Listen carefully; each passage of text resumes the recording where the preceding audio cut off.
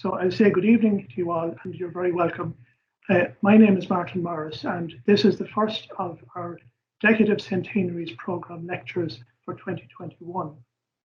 Now, I know that we're joined by many people from various parts of the country, obviously Longford being a prominent place, but also quite a number from Leitrim. I know there's someone joining us from Tipperary and also someone from Donegal, at least one person from Donegal. And I know there are members of the Connolly family or relatives of Seán Connolly is with us, and I say a particular welcome to those. Now, just a couple of points of housekeeping, and I know I've been saying this, but I'll say it again, please just keep your mics off and your cameras for the duration of the lecture because it helps everyone. As I mentioned, this is the first of our Decade of Centenaries lectures for this year. And the aim of the programme generally, and particularly at local level, of course, is to commemorate the various events and people who were involved in the Irish Revolution of a century ago. And in Longford over recent months, we have been very busy with several commemorations of major events that occurred in the county. And an important part of the programme is to promote knowledge and understanding of that period and the people who were involved. And that's very much what we're about this evening. Particularly, of course, this evening's event commemorates the centenary of the death of Seán Connolly.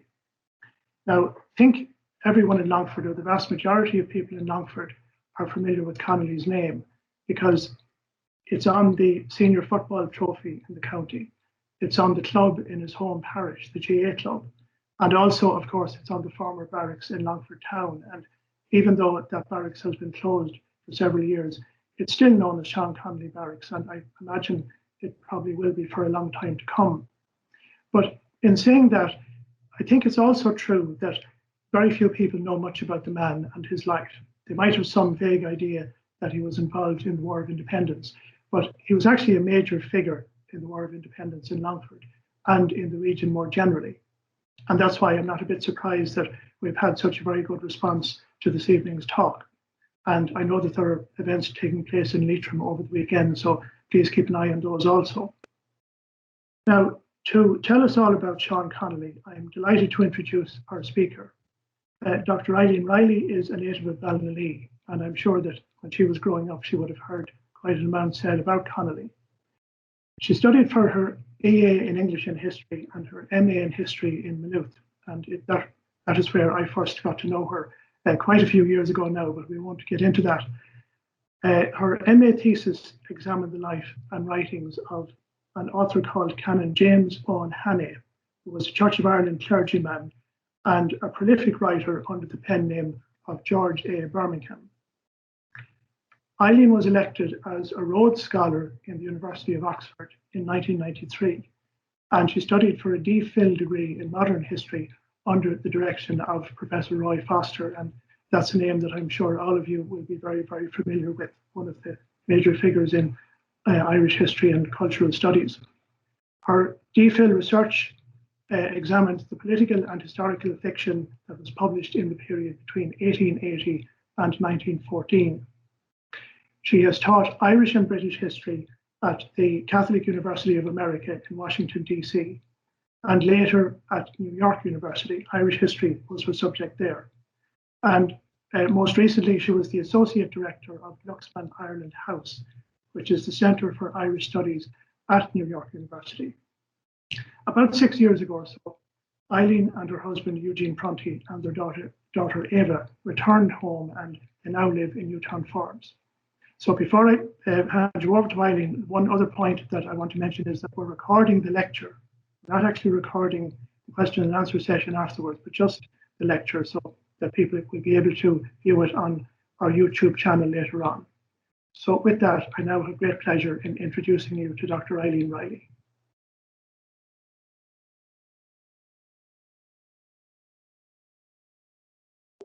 Are you there, Eileen? Yes. Okay. Okay, let's go over to you when you're on time. I've turned on my cameras, so can you see me now? Yeah, we can see you perfectly. Okay. I can't see myself. I can't see myself, so it's a bit strange. Can't see.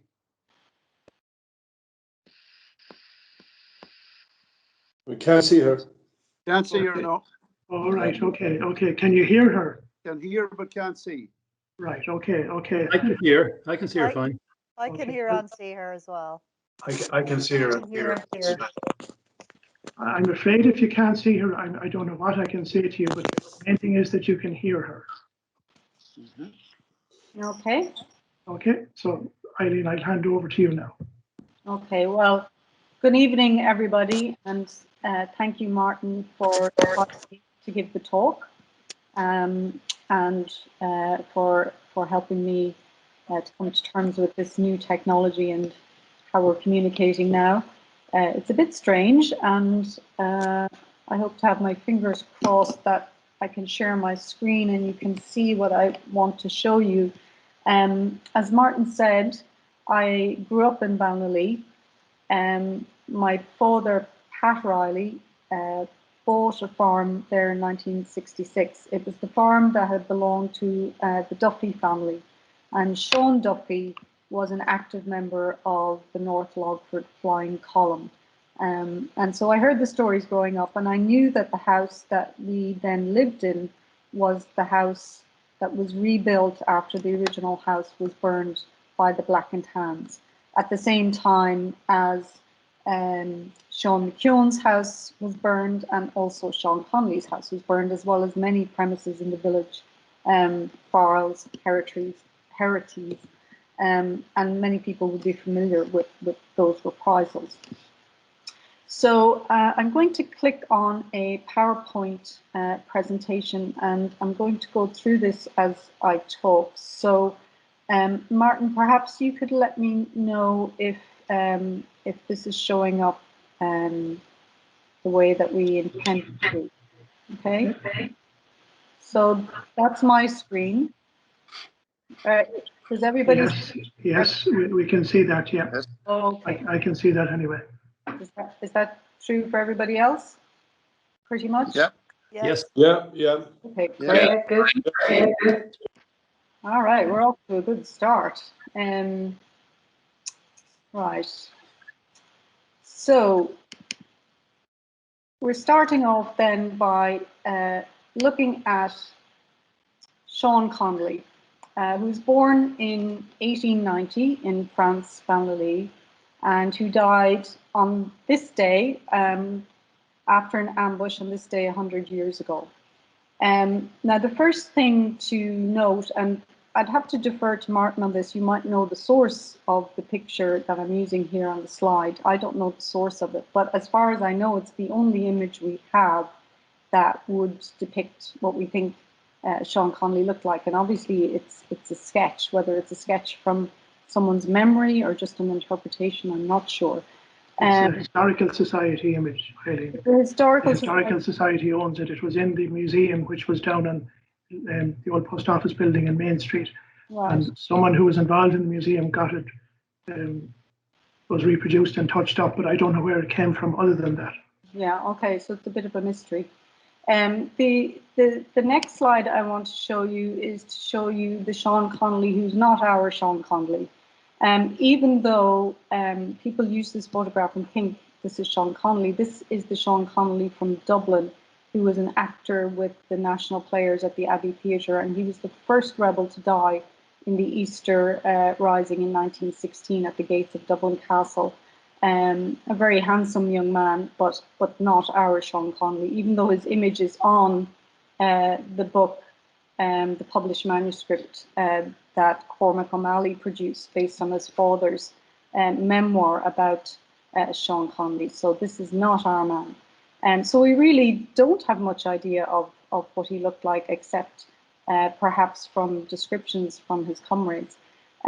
Now, I know that most of us are probably local and know exactly where I'm talking about, but for those of you who don't, just a slight geographical recap. So we're talking about County Longford in the middle of Ireland, and here you'll see just a quick mock-up of the major areas that will be mentioned tonight in relation to Seán Connolly. Of course, the core is Ballinalee and areas close by like Drumlish, Mullinachta, Cliff or Columkill, Balnamuck, Granard, Edgeworthstown, and so on. Okay, so if we go a little bit closer in to a more historical map of Ballinalee itself, again, the Ballinalee folks will be familiar with these territories. But if we look here at a historical map based on the maps from Griffith's valuation in the 19th century, we see here the village of Ballinalee. And these maps do mark out the town lands. So as Ballinalee people will know, if you go up what we call the France Road, we have a town land called Ederland. And then here, where the little hand is marked, that's the town land of France, and that's where Seán Connolly was born. This is a clearer outline from the Town Lands project, where it's seeking to record and explain place names and townland names. Again, you can see the village here, and you can see the townland of France here. Now, it would have been about 55 hectares, or about 128 acres. This is the representation of France. You can see the title there. This comes from the 1860s, from the Griffiths valuation. And at the time, there were a few families living in the townland. By the turn of the century, by the time Seán Connolly himself was born, there were only 3 families. But if you look more closely at this one, number 2 represents the Connolly family holding. And this would have been in the 1860s, according to Griffith's valuation, at the time of Seán Connolly's grandfather, Andrew. Now, this is also a detail from Griffith's valuation of the 1850s with regard to this part of Longford. And you can see that under the townland of France, we've got the following families: Ryan, Andrew Connolly, who's Seán's grandfather, although Connolly is only spelled with one N there. Farrell, Ford, and the Fords are still there. Kelly, more Fords, and John Healy, another familiar Ballinalee name. There were fewer families in the townland, as I say, by the turn of the century. The land was rented and owned by the Bond family, who were a prominent Presbyterian family that had been settled from Yorkshire into Ireland in the 16th century. They'd come down from Ulster. They owned a lot of land around Edgeworthstown, and their house was known as Newtown Bond. At this point, it was the sisters of that family who were listed as the landowners, and Connolly and the other families in this list would have rented from them. Now, you can see that on the detail, Andrew Connolly, renting from the Mrs. Bond, house, office and land, about 33 acres, just slightly over 33 acres, and it was valued at £17 per annum. Okay, so Andrew Connolly with 33 acres, given the average would have been between probably 12 and 20, was that slightly bit better off in terms of his land holding. He had quite a bit of land there. And as we come on to the next generation, we'll just have a quick look at the Connolly family tree. And this is the one drawn up by Ernie O'Malley for his manuscript book about Seán Connolly. So we see Andrew Connolly was married to Sarah McDowell, or McDougall, as we'd say in Ballinalee. Their son John married Margaret Corcoran. And then we see here the generation that we're talking about. Gerald, an infant, didn't survive. Seán then as the oldest son, Thomas, Patrick, Louis, who died at age 19 in a tragic accident, Mary Josephine, Mary Jo, sometimes she's put down as on the census, but also known as Maura, and Sarah the youngest. And it's only the 2 sisters you see, Mary and Sarah, or Maura and Sarah, that married and had the next generation of McLaughlins and McNamees. Okay. Right, so if we move on then and look at one of my favorite things to look at, the 1911 and 1901 census online. It's a wonderful tool for historical research that's just freely available. We can see that in the 1911 census, we have 3 houses in France, which was in the electoral district of County Longford. We have John Connolly as the head of the family, Seán's father, Margaret, his mother, aged 51 and 49 in 1911. We have Sarah, we have John, who is Seán, but he appears as John in a lot of formal records. Thomas, Mary J, or Maura, and Louis. And Patrick was not in the house that night for some reason when that census was taken. He doesn't appear there. But we also see that they're all Roman Catholic, all born in Longford, all can read and write, and it's parents and their children who are still all single. But notice that John Connolly is also listed as a shopkeeper here. And he was known as JJ, I think, mostly. He was what we would call an eggler, in that he had a small grocery shop. He would go around the locality in a horse and cart. He would accept eggs in return for groceries. And of course, in rural Ireland, the egg was a very important currency, poultry generally, but farm women generally paid for stuffs in the countryside with eggs, and eggs were a form of exchange, and that would have been recognized all around the countryside at that point. So they had a grocery shop as well as the land. This is the original page of the census, which looks more authentic, I suppose, because it's the handwritten version. It's the same information as I've just given you there, but it's always nice to see the handwriting and the details of the return. Okay, and it's signed here by John Connolly himself. Okay.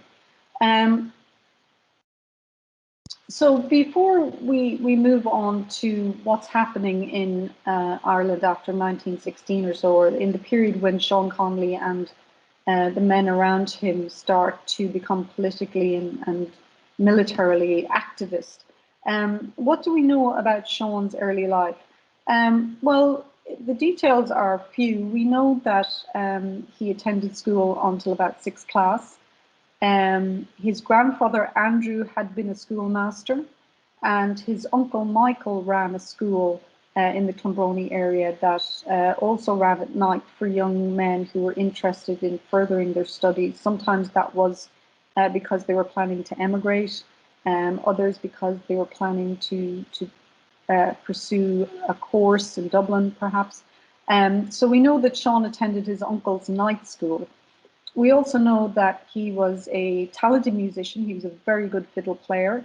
He and Pat McGrath both played the fiddle, and that would be McGrath's of the pub in the village, now known as Rawls. That they would have learned from travelling musicians who were put up in the locality while they taught their students. And that tradition of travelling musician around the countryside was well established for several centuries, and they handed on the music by ear and by example. We also know that he was quite interested in engineering, or he had a grow for tinkering with machines and contraptions, and his interest lay there. That perhaps given the opportunity, which he didn't have at this point in time, he would have gone on to study something like engineering. But university study was not a possibility for someone like Seán Connolly at this point in time, even though his background was not as poor as some and would have been considered to be, in the rural scheme of things, perhaps quite well to do, or at least comfortably off. But it didn't stretch to university education for engineering, which is a shame. We also know that he was a good athlete. He was very interested in football and all games, and he played for the local football team, which was known as the Clonbrony Camlin Rovers at the time. And he would have enjoyed fishing in the local lakes. France borders right up beside Gertrude Lake. And he would have, I suppose, enjoyed ceilidhs, playing in a military band, well, not a military band, sorry, I misspoke, playing in the Irish National Foresters band, in which he played the flute, attending dances at which he didn't dance, but he played for the dancers, and that type of thing. So he wasn't among the youngest of the men who got involved in political and militant action after 1916. He would have been heading towards his late 20s in that. So his decision is not based on the rashness of youth or some kind of misunderstanding of sort of the glory of the fight. He was a mature man when he and others like him took up the fight for Irish independence. We have to ask ourselves, what are some of the influences or the motivation involved? The major influences, as I see them, on young men from 1914 onwards was that the movement of the previous generation, or the previous two generations, the plan by the Irish Parliamentary Party to try and secure some kind of measurement of self-government or home rule from the British government had been in place from the 1890s onwards, and 3 home rule bills had been introduced. The latest one in 1912, 3 home rule bills had failed. The most recent burst of activity by the Irish Parliamentary Party would have been from about 1906 to 1912, 1914, when it seems like there might be a real chance of something happening, particularly after 1911, when the House of Lords in Great Britain lost its ultimate veto power over legislation. So they could only veto it 3 times, and if the Commons continued to pass the legislation, it would eventually become law. And it was the House of Lords that had really stymied Home Rule as a piece of legislation. So hopes were up in 1911 that at long last it was only probably a matter of time before a Home Rule bill was introduced and Ireland had some measure of self-government. And that would have satisfied most people at that point in time quite well. What started to happen, though, was that the younger generation regarded this parliamentary party generation as out of touch with the modern world, as having been in London for too long and having been corrupted by the wielding of political power, and essentially judging them out of touch and ineffective.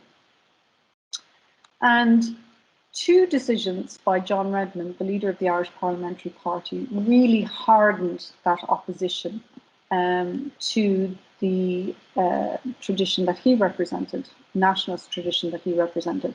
The first was that in the tussles between 1912 and 1914, when the British government, the Irish Parliamentary Party and the Irish Unionists in total were trying to figure out how might Home Rule work or not work. Redmond had accepted in principle, at least, the idea of perhaps temporary partition of some of the northern counties. But that acceptance in principle of the idea of partition was enough to harden many of the younger generation against him. And then his second decision, by pledging the men of the Irish volunteer movement to fight alongside their British counterparts in World War I, his logic being that the Irish were ready to prove their loyalty, to prove they were mature enough for self-government, to prove that they would have England's back at a time of crisis. Well, that also misfired in terms of what Redmond intended. Yes, most of the volunteer movement followed his leadership, but a significant minority resisted and went their own way. And it was this core that really provided the foundation for the Republicans of the next couple of years to emerge. So a minority of Irish volunteers rejected the call to arms, believing it would not further self-government, that they could not trust the British to reward them essentially with home rule after the war ended. And after a sort of first flush of recruiting in 1914 in Ireland, voluntary enlistment declined all over the country because the nature of the war quickly became known, and the level of fatalities and casualties. So recruiting in Ireland dried up very, very quickly. What was unexpected to everyone and shocking, bewildering to many in rural Ireland was the rising of Easter Week 1916, where a small group declared an Irish Republic by force of arms and defended it for a number of days.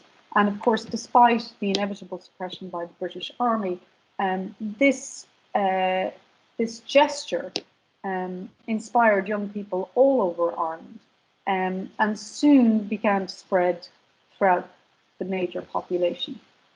So the execution of the rebel leaders in particular, the widespread roundup and the imprisonment of suspected Sinn Féiners, as the British authorities insisted on calling them, increased sympathy and support across the country for a more radical form of independence.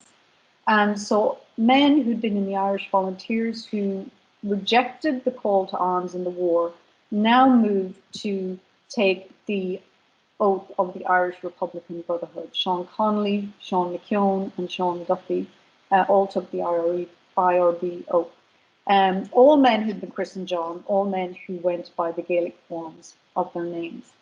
So in the presence of God, I do solemnly swear that I will do my utmost to establish the independence of Ireland, and that I will bear true allegiance to the Supreme Council of the Irish Republican Brotherhood and the government of the Irish Republic, and implicitly obey the Constitution of the Irish Republican Brotherhood and all my superior officers, and that I will preserve inviolable the secrets of the organisation. So quite a serious oath to further Irish republicanism.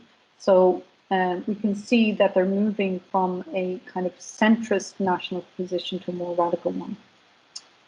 Right, so if we look at the organisation of the IRB officers, and they later, of course, begin to refer to themselves as IRA because they regard themselves as having as being engaged in defending a republic already declared, so an army rather than brotherhood. The 1st Battalion, the headquarters, oh, sorry, I skipped one there. Okay.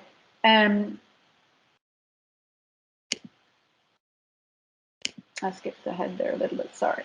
Okay, so if we look at the defining events after 1916, between 1917 and 1918, in May, Longford elects a Sinn Féin candidate in a by-election, Joe McGuinness, who'd been involved in the 1916 Rising. By the following year, April 1918, the threat of conscription, which had long been rumoured but not applied to Ireland, was becoming an ever clearer threat. The British government moved to place a bill in the Commons called the Manpower Bill. And so the fear of conscription being imminent was really one of the most important shifts of the general population towards Sinn Féin and the Republican movement. The Irish Parliamentary Party left the British House of Commons and returned to Ireland in defeat with the threat of conscription. And in December of that year, in the general election, the first that had been held since 1910 because of the war, Sinn Féin completely eclipses the Irish Parliamentary Party all over the country. So what we have between 1917 and 1918 is a growing, widespread mandate for Republican aims away from the old nationalism. So the Longford Brigade of the IRB in 1919 to 21, the brigade staff headquarters was to be based in Longford. The first officer commanding was a man called Tom Reddington, who'd been sent to help organise the county in 1918, but Seán Connolly was the officer commanding of the Longford Brigade from 1919 onwards. He was also vice commandant originally, and then succeeded by Sean McKeown as vice commandant, and then Patrick Callaghan. The adjutant was James Flood, succeeded by Mickey Heslin, the quartermaster Ned Cooney, then Frank Davis, the engineer Eugene Kilbride. The 1st Battalion of this brigade is the one local to Ballinalee, Its headquarters were in Columkill, but its officer commanding was Seán McKeown until his arrest in 1921. The vice commandant was Seán Connolly until his move out of the area in November 1920. The adjutant, Sean Duffy, the quartermaster, Frank Davis from Ballinalee, and it covered the area Ballinalee, Edgeworthstown, Grandard, Mullinyochta, Killoe, and Columkill.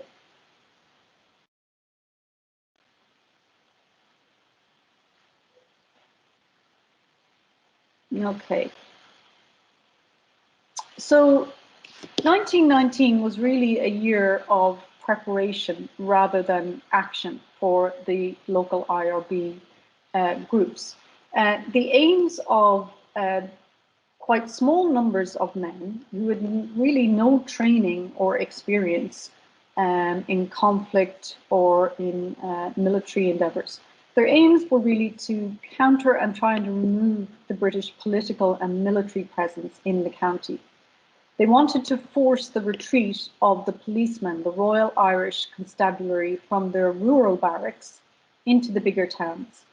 They attacked barracks, planned to attack barracks to capture arms and ammunition, which they didn't have, and to destroy the barracks to prevent any kind of reoccupation afterwards.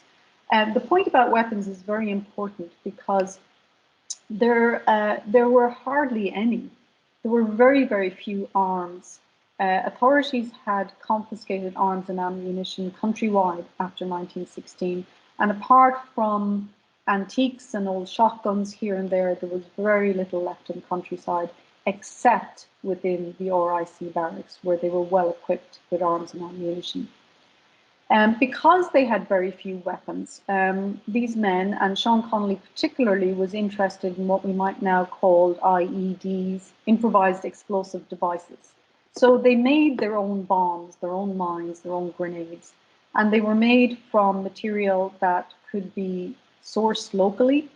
The only difficulty was getting gelignite as the explosive, and generally that tended to be captured from local quarries if it could be. But they were making mines out of the boxes of carts. They would be wooden boxes, perhaps filled with scrap iron. Blacksmiths like Seán McKeown would fit them with hinges. There would be gelignite placed within, and a detonator, which was either lit by a fuse or sometimes by a battery. Cement mines, wooden frames filled with cement and sand and gelignite. And Connolly's own contribution, the snuff box and the treacle tin smoke bombs, which were tins filled with brimstone flour and gelignite, which produced a lot of smoke, but not really an explosion. But these are the kind of weapons that they're fashioning and that they had to rely on in attacking the barracks in order to capture weapons to fight with. And of course, the problem was that oftentimes, most times, these were unreliable. They didn't work the way they were intended to work. They let you down at the last minute. So although they tried their best, they weren't reliable. And that's sometimes because the material such as the sand was faulty. Sometimes it's because the gelignite was sensitive to cold and to damp. Sometimes it was because the men didn't wire the detonators properly. So there were lots of problems and they learned as they went along. Sometimes it worked, but most often it didn't. So in the year 1920, it's really when we start to see action taking place on a local basis. And Seán Connolly would have turned 30 in this year. So in January, there's an attempt at the barracks in Drumlish, just a couple miles away from Ballinalee. Again, a good example of when the explosion failed to explode, they had to retreat. No arms were captured. In April 1920, they attacked small barracks in Smare, near Moyne, in Field, near Lochgowna, and in Ballinalee. These barracks had been deserted as the RIC had come under pressure, but they were burnt out, so they couldn't be reoccupied. By April of 1920, both Connolly and McKeown were actively wanted by the authorities, so they started to have identities that made them wanted men, and of course they were on the run and had been most of the year. In June of 1920, they attempted a bigger barracks in a bigger town, Mostram Barracks or Edgeworthstown Barracks, And Seán Connolly had sent his intrepid sister Maura off to Dublin to try and get arms and ammunition to help them in this attempt.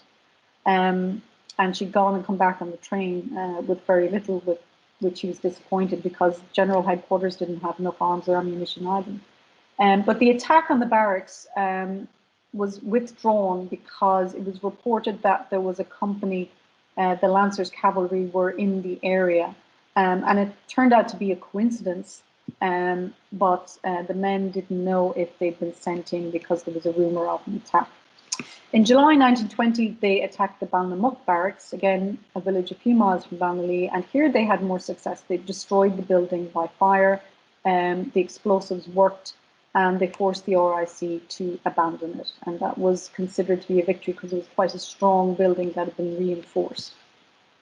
Their tactics were, I suppose, practical in that they didn't have the strength to, I suppose, lay siege to the building. So the tactic they came up with was to climb onto the roof of these barracks, smash a hole in by any means necessary, and drop a bomb in and hope it went off.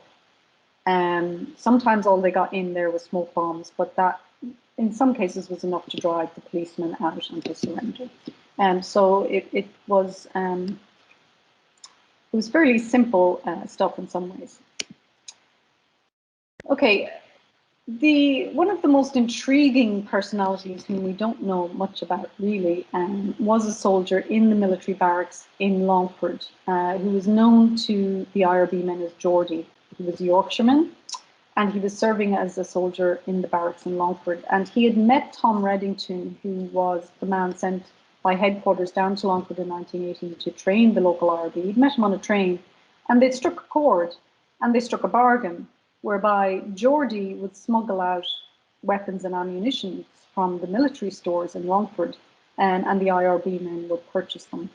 And it worked for a little while in small numbers, but of course an audit soon revealed that something was afoot. There were discrepancies found, the arms and ammunition were moved within the barracks, and Geordie deserted, and he came out and hid in Ballinalee posing as a labourer and trying to hide his accent. But he did encourage Connolly and McKeown to think about a raid on the barracks itself, which they thought was a little too good to be true, and they worried about a trap. But in September of 1920, Geordie talked his way into a wicket gate into the barracks, and Connolly and McKeown and men rushed in after him once the gate was open, a small foot gate, and they managed to seize rifles, bayonets and ammunition, just grab and go from the stores and into a car and away. And this was regarded as a success because they got at least 8, maybe as many as 12 rifles and ammunition. So small numbers, but to them, significant. They went on to attack the barracks in Ballymahan. Ballymahan would have been an important town, and Connolly's smoke bombs worked in this instance, forced the RIC to surrender. They captured a notable number of weapons and ammunition, 21 rifles, and then some revolvers, some grenades, ammunition. They destroyed a strong barracks, again in a major town, and it was strategically placed. And they went on then to attack the barracks in Arva on the border between Longford and Cavan. Again, the RIC surrendered quite quickly. The barracks was burned out, and they captured 10 rifles on that occasion, as well as some revolvers, grenades, and ammunition. So in a short time, they'd managed to capture 30 rifles, which was a treasure trove as far as they were concerned. The success of Connolly and McKeown in Longford and Connolly's abilities meant that Michael Collins and headquarters decided to send him out of Longford and into Roscommon and Leitrim, the neighbouring counties, to try and help them organise. Now, he already had a reputation as a very practical, effective organiser. He was a pragmatic person, he was cautious, and he was a leader who inspired his men. But moving from the territory of his birth and growing up to different counties with different localities, similar landscapes, but different men, was quite a risk because he had to know the landscape intimately, and he had to be able to judge men. Were they men he could trust? Were they men he could train? So it was quite a risk, and the Roscommon and Leitrim men were eager. They wanted to get involved, but at this point they were unorganised and they were untrained. So Connolly was working on the basics: how to move through the countryside, avoid the military patrols, identifying safe houses where they could shelter and be fed, working on communication and intelligence, and building explosives and planning operations. And that's what really he was doing between October 1920 and March 1921. Between February and March 1921, in the aftermath of the very successful and by now famous ambush at Clonfin outside Ballinalee, where McKeown led men and captured a significant number of arms, including a Lewis machine gun, which was the treasure trove, Connolly was also eager to try and instigate some actions in Leitrim, as much for the morale of the men he was training as for any positive practical outcome or arms captures. So he had concentrated on producing quite big road mines, like the one used in Clonfin, that worked perfectly and was the reason for that ambush being successful. And he was going to do the same thing: plant the mine in the middle of the road, stage an ambush on a patrol moving by lorry. They planned one in Ballinalee. They were frustrated because of every attempt that they waited. The enemy refused to patrol a particular road. An ambush planned at Drumshambo failed because the detonators didn't go off. They were wired wrongly. A shootout at Gowl, beside the hill of Shimore, with members of a passing RIC patrol and members of the Bedfordshire Regiment, resulted in the death of the leader of that sortie, Lieutenant Wilson, and 4 others wounded, while the column men, about 12 or 13 men, escaped. The official British report estimated they'd been attacked by close on 100 rebels, and they'd been attacked with marksmanship most deadly. An ambush on the main road from Rooskey to Carrick-on-Shannon was also planned. That was the main route from Dublin and from Longford to the northwest, and enemy forces were frequently travelling on it. But as they prepared to put the mine into the trench they had dug on it, the mine just, in the words of Bernie Sweeney, who was part of that column, it just disintegrated. He said, "This was a terrible disappointment to Connolly and us all. Connolly had no option but to call off the affair. Without the mine, it would have been hopeless." And that's taken from Sweeney's statement to the Bureau of Military History. Those statements, you can see here the cover of his particular statement. They were collected in the 1950s. And you can see his details as witness Bernard Sweeney, Ballinalee, County Leitrim. Now, who were the members of the 1st and Section Flying Column in Leitrim, led by Seán Connolly? And again, this detail is taken from Ernie O'Malley's memoir. Seán Connolly was the officer commanding, and the men in the column were Michael Baxter, Joe Byrne, Paddy Guckeen, Jack Hunt, P. McDermott, Andy McPartland, Captain John Joe O'Reilly, and then a younger John Joe O'Reilly, Bernie Sweeney, whom we just encountered, Seamus Rinn. And in the 2nd section, Sean Mitchell led Matty Boyle, Michael Gilgan, Michael Martin, Harry McKeown, Joe Nagle, and Thomas O'Reilly. Now, Connolly split his men into 2 on the day of the ambush at Selton Hill. And it's the men in the top section, led by Connolly himself, who were caught in the ambush. The others had been sent off towards Drumshambo. Okay, this is just to show you in a little more detail, and the map is taken from Ernie O'Malley's book, where Selton Hill is located. So we can see here County Longford and Ballinalee on the map, and just a few miles really as the crow flies into Leitrim, not far from Gorva, not far from Ballinalee, we have Selton Hill where the ambush took place.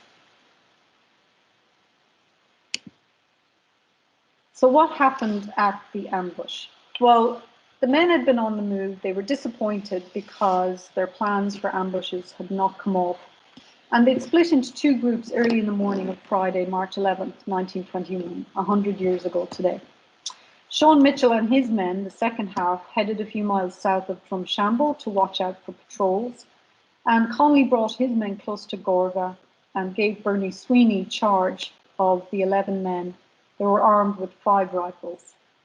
About 8:30 in the morning, the men arrived on the brow of the hill that overlooks Selton Lake, and they passed by the home of a Protestant farmer, a man called William Latimer, who was known to have loyalist affiliations and who was suspected of being an informant for the Crown forces. 9 of the 11 men rested in a house belonging to a local schoolmaster, Charlie Flynn, while Connolly and Seamus Rinn went off to look at potential ambush positions on the road. The landscape was very bare at this time of the year in March. No hedges, soggy bottoms around the lake, very little cover. Very hard to move through without being spotted. At about 3:30 that day, Master Charlie Flynn returned from school for his dinner, and a shot was heard towards Garba Cross, but a visual inspection discerned no enemy movement that could be seen.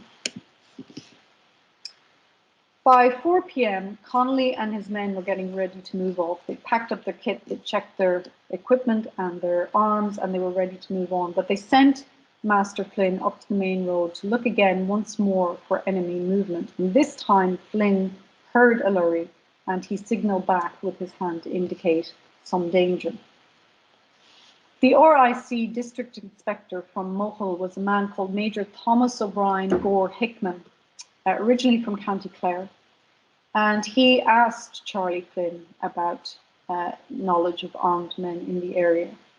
Flynn was taken into custody, and the soldiers from the 1st Bedfordshire Regiment, located in Carrick-on-Shannon, plus some soldiers from a Hampshire regiment, with a Lewis machine gun placed, then approached the house.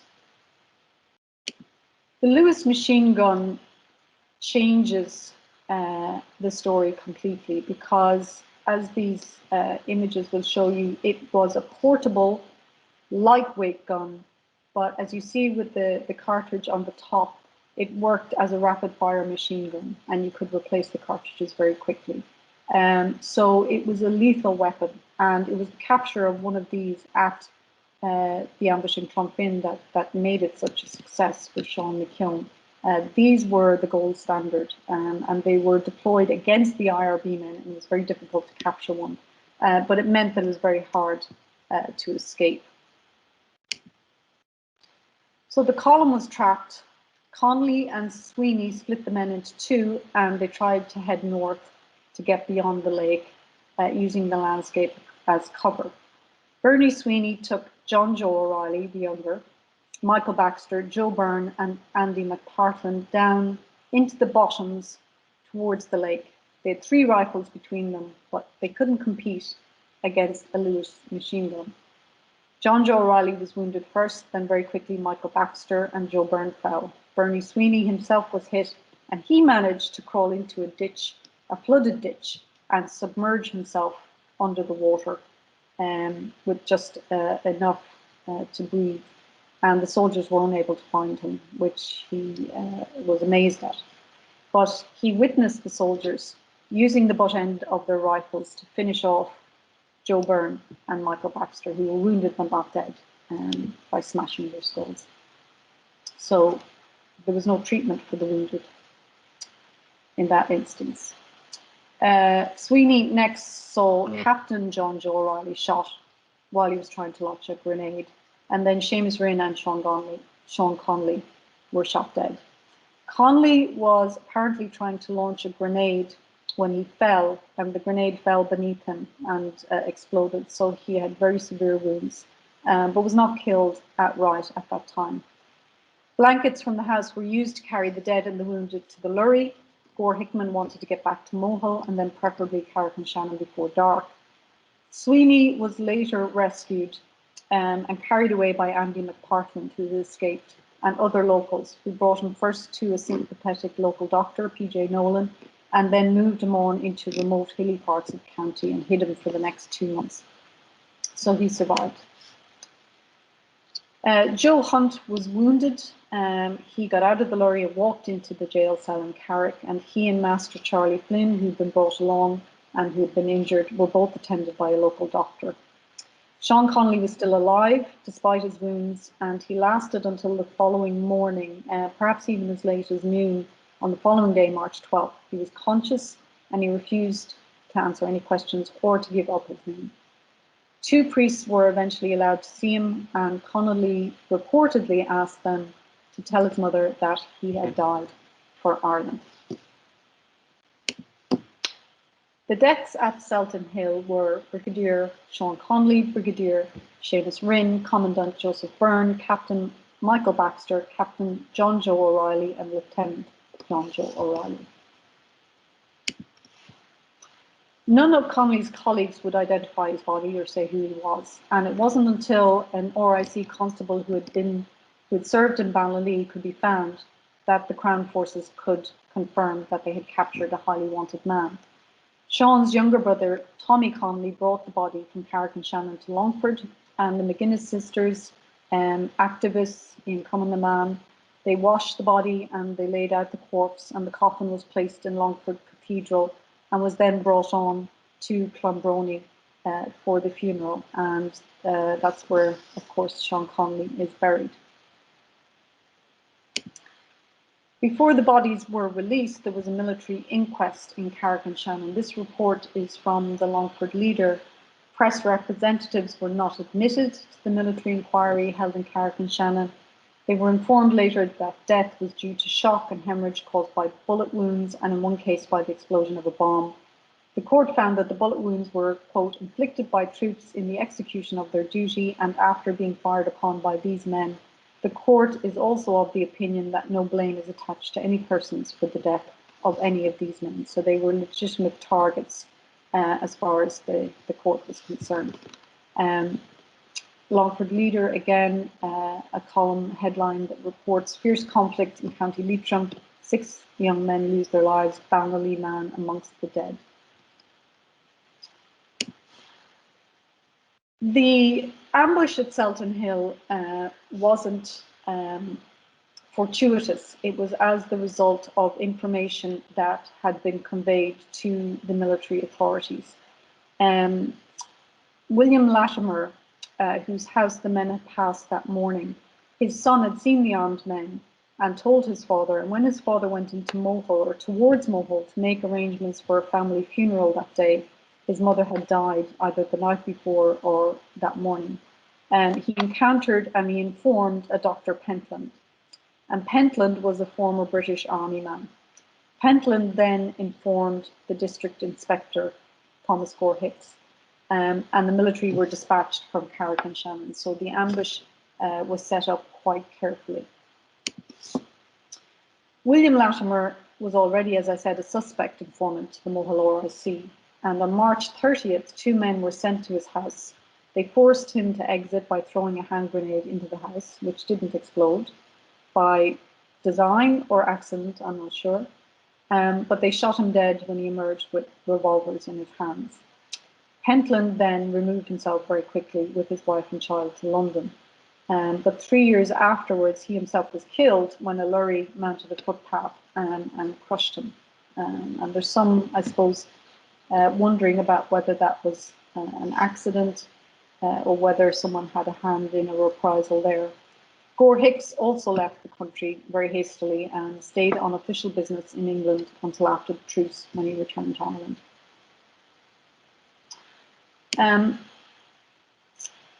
Frank Davis was another witness who gave a statement to the Bureau of Military History in 1951, and these are all available online, searchable, an amazing source of detail.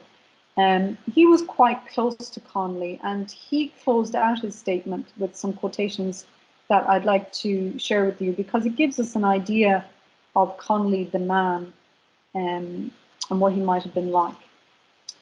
He said, I would also like to add a few words of appreciation of another great soldier, friend and comrade of mine, Seán Connolly.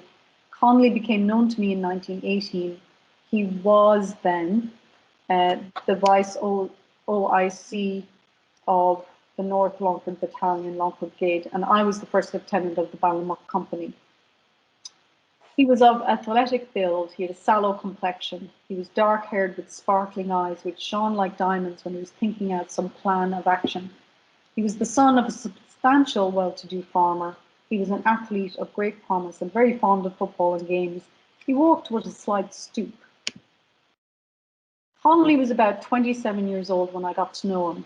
He was in no ways a vain man. He took to some people particularly and made personal friends of them, and I was one of these lucky persons. He often said to me and to others too, if we could only drill an arm in the open, I wouldn't give a damn about all the British here. He was a wonderful organiser, but he did not put a high value on numbers. He wanted an organisation that was perfect and was in the habit of selecting a few men out of each area in whom he imposed confidence. Everything that occurred or took place in the Longford Brigade up to the 2nd or 3rd of November 1920 was planned and carried out by him. So he was the planner, he was the organiser, he was pragmatic, practical, cautious. He would only take on an attack if he thought there was a decent chance of prevailing. This is the monument that exists to the men who died at Selton Hill in County Leitrim. It's quite a handsome monument with the names of all the men who died there. I think in contrast, when I went to Clonbrony recently to look at the Connolly grave, it's in need of some attention. It's very badly weathered. Here we have Seán Connolly's resting place. You can see the rifle detail on the Celtic cross stone. The inscription is in Irish, but it's now very hard to read because it's weathered so badly. And this monument here was a monument to Connolly, provided by the officers and men of Ballinalee in loving memory of Commandant Seán Connolly. So I think perhaps if the locality wanted a project to work on, maybe the restoration of the stone and the lettering would be something that they could do. It's quite in quite bad shape. In closing my comments, I just want to say that it's 100 years ago today since the ambush, since these men died. We're commemorating them, we're remembering them, and we're reflecting on the choices they made and the actions they took and the motivation and commitment that they made. Seán Connolly lost his life in the cause of Irish independence. He lost a future, he lost a wife and family, he lost descendants. And I think he would have played a very practical part in the establishment of the new Free State. He would have supported the treaty, and his father spoke to a meeting in Granard in early 1922 to say his son would have supported the political work and the shift to the political work of building a new state and establishing democracy. He, like McKeown, would have recognised the accuracy of Michael Collins saying that the treaty was not perfect, but it was a stepping stone. It gave the freedom to achieve freedom over time. What would he think of modern Ireland 100 years on? I think he'd be pleased in many ways at a democracy that's inclusive, that is modernised, that its people can expect a good standard of living, and apart from considerations of the pandemic, has had a thriving economy and society. Partition would be unfinished business, I think, in his point of view. But again, I think he would place faith in political developments and steps taken since the 1990s and going forward. And I think he'd be intrigued by what the impact might be going forward from now of Brexit and perhaps the shifting nature of the United Kingdom. In some ways, it was inevitable that he's been eclipsed a little bit in local memory by the man who survived, Sean McKeown, against the odds, I might say. McKeown was arrested on March 2nd, 1921, just a couple of days before Seán Connolly died. He was wounded in resisting arrest, and he was then sentenced to death. And that sentence was not carried out only because of Petrus and Michael Collins's personal intervention. McKeown himself fully expected to die. But the fact that he didn't, and that he went on to play a role in the Irish Free State Army and in Irish politics and became a very prominent figure in 20th century Ireland, meant that his association with Ballinalee probably shadowed Seán Connolly a little bit. And perhaps we need to even up our memorials in the village and the locality. How should we continue to honour his memory and his sacrifice? I think by telling his story, by making sure that the young people of Ballinalee, those who are members of the Seán Connolly Football Club, Ladies Football Club, Rounders Club, know for whom the club and the teams are named for and why they're named for him. Again, perhaps, restoring his gravestone, perhaps a memorial at the club grounds that's only a couple of miles away from where he was born and where he now is buried, might be fitting project to consider. So that's all I have to say on Seán Connolly. I'm sure there's lots of people who have questions and who have more expertise, particularly in local connections, than I would. So Martin, I'll hand it back to you. Thank you very much indeed, Eileen. That was a really interesting and very comprehensive account of Connolly's life and times. And you began with his early life and took us through the politics of the period, which would have been very influential on him. And then you looked at the activities that he was central to in the period from 1919 up until his death. Now, I'll let you draw a breath for a second or two before we have questions, but just to pick up on a couple of things that you said, the last one that you mentioned is the grave. Now, far be it from me to speak for people in Clonbrony and Ballinalee, but I do know that there is serious talk going on at the moment about what might be done to restore the grave or to clean it up and make it look better than it does at the moment. In terms of our Decade of Centenaries working group, it has been mentioned at those meetings, and I think it's a case of just waiting to see how things go when the restrictions are lifted, because the determination is definitely there to do something to bring the grave back to what it should be. And again, I know that there have been discussions at local level about how he could be remembered in other ways around the village. And again, it's not for me to say much about that, but to say that there are discussions about those things happening as we speak. I suppose the other point that you mentioned, which is significant, it's about longevity. The people who live longest are the ones that we remember for, I suppose, for obvious reasons. And those people very often have distinguished lives and they deserve to be remembered. But someone like Seán Connolly was really cut off in his prime. I think you've given us some very interesting reflections on what he might have thought and how he might have felt about the Ireland that emerged after his death. Mm-hmm. I want to say thank you again to Eileen. All the comments speak for themselves. People have really enjoyed the evening. There's been great interaction, a great level of attention, and people will take away a lot from the lecture, I've no doubt. Thank you to all of the people who have joined us from so many different parts of the country.